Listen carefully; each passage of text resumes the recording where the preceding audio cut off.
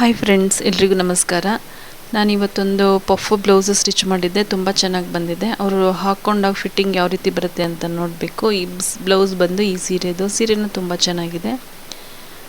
ಈ ರೀತಿಯಾಗಿದೆ, ತುಂಬ ಚೆನ್ನಾಗಿದೆ. ಈ ವಿಡಿಯೋ ಪೂರ್ತಿಯಾಗಿ ನೋಡಿ, ಲೈಕ್ ಆ್ಯಂಡ್ ಶೇರ್ ಮಾಡಿ, ಸಬ್ಸ್ಕ್ರೈಬ್ ಮಾಡಿ. ಹೊಸದಾಗಿ ನೋಡೋರು ಸಬ್ಸ್ಕ್ರೈಬ್ ಮಾಡ್ಕೊಂಡು ನೋಡಿ, ಮತ್ತು ತುಂಬ ಸಪೋರ್ಟ್ ಮಾಡಿ.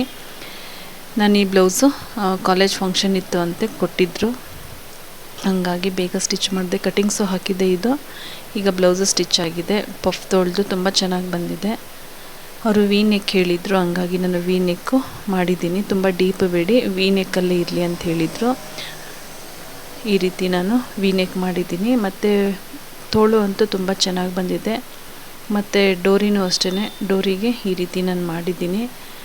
ಗ್ರ್ಯಾಂಡಾಗಿ ಕಾಣಿಸ್ತಿದೆ. ಬ್ಲೌಸ್ ಏನೋ ತುಂಬ ಚೆನ್ನಾಗಿದೆ, ಬಟ್ ಅವರಿಗೆ ಈಗ ಫಿಟ್ಟಿಂಗ್ ಎಲ್ಲ ಯಾವ ರೀತಿ ಬರುತ್ತೆ ಅನ್ನೋದನ್ನು ನೋಡಬೇಕು. ಡೋರಿ ಈ ರೀತಿಯಾಗಿದೆ.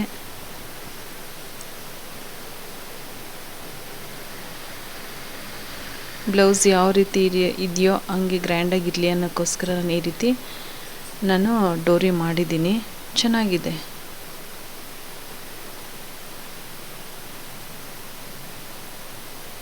ಮತ್ತು ಫ್ರಂಟೂ ಅಷ್ಟೇ ವಿ ಶೇಪೇ ಬೇಕು ಅಂತ ಹೇಳಿದರು, ಹಂಗಾಗಿ ನಾನು ಫ್ರಂಟು ಸಹ ವಿ ಶೇಪೇ ಮಾಡಿದ್ದೀನಿ.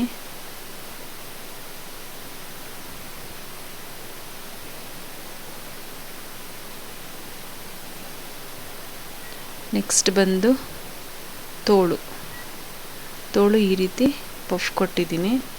ಇನ್ನು ತುಂಬ ಕೊಡ್ಬೋದಾಗಿತ್ತು, ಬಟ್ ಸೀರಿಯಲ್ ತಗೊಂಡಿರೋದಲ್ಲ ಬ್ಲೌಸ್ ಇದು ವಿತ್ ಬ್ಲೌಸು, ಹಂಗಾಗಿ ನಾನು ಎಷ್ಟು ಬೇಕಾಗುತ್ತೆ ಅಷ್ಟು ಮಾತ್ರ ನಾನು ತೊಗೊಂಡೆ. ಇನ್ನು ಜಾಸ್ತಿ ತಗೊಂಡ್ರೆ ನೆರಿಗೆ ಕಡಿಮೆ ಆಗುತ್ತೆ, ಹಂಗಾಗಿ ನನಗೆ ಬ್ಲೌಸ್ ಸ್ಟಿಚ್ ಎಷ್ಟು ಬೇಕಾಗುತ್ತೆ ಅಷ್ಟು ತೊಗೊಂಡೆ. ಇಷ್ಟು ಮಾತ್ರ ನೆರಿಗೆ ಬಂತು.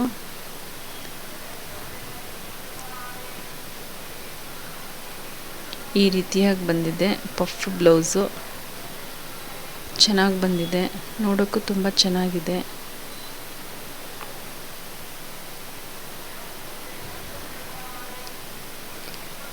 ಇನ್ನೊಂದು ಸರಿ ಹೇಳ್ತೀನಿ, ಈ ವಿಡಿಯೋ ಇಷ್ಟ ಆದರೆ ಲೈಕ್ ಮಾಡಿ, ಶೇರ್ ಮಾಡಿ, ಸಬ್ಸ್ಕ್ರೈಬ್ ಮಾಡಿ. ಹೊಸದಾಗಿ ನೋಡೋರು ಸಬ್ಸ್ಕ್ರೈಬ್ ಮಾಡ್ಕೊಂಡು ನೋಡಿ, ಮತ್ತು ತುಂಬ ಸಪೋರ್ಟ್ ಮಾಡಿ.